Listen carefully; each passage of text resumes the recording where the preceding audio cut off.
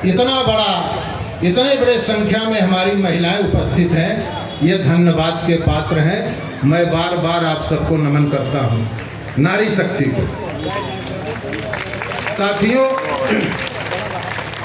सारे जहां ने कह दिया, सारे जहां ने कह दिया, अवतार हैं अंबेडकर। सारे जहां ने कह दिया, अवतार हैं अंबेडकर। हम अनाथों के गले का हार हैं अंबेडकर। डूब सकती नहीं अब नाव हम अनाथों की, डूबती कश्ती का खेवनहार हैं अंबेडकर।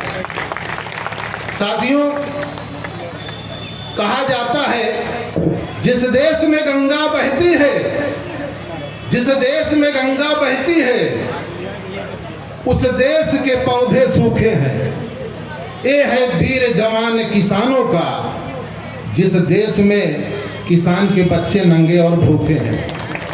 जिस देश में गंगा बहती है, उस देश में ये हालत है। आज हमारे समाज में कितनी बड़ी विडंबनाएं हैं, इस चीज को हमें समझना होगा। साथियों, आज बाबा साहब का जो 3 मंत्र है, शिक्षित बनो, संगठित रहो, संघर्ष करो। सबसे पहले तो हमें शिक्षा जरूरी है। अगर ये हमारी माताएं बहनें अपने बच्चों का ढंग से पढ़ाई लिखाई पर अगर ध्यान दे दें, तो आने वाले समय में इनकी सतीत्व की रक्षा इनका बच्चा ढंग से कर सकता है। अगर वो पढ़े लिखेगा, विद्वान होगा, नौकरी करेगा या बिजनेस करेगा, तभी तो आपकी सतीत्व की रक्षा करेगा।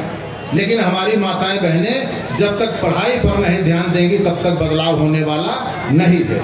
शिक्षित बनो, संगठित रहो, यानी हमको आपको संगठित रहना चाहिए।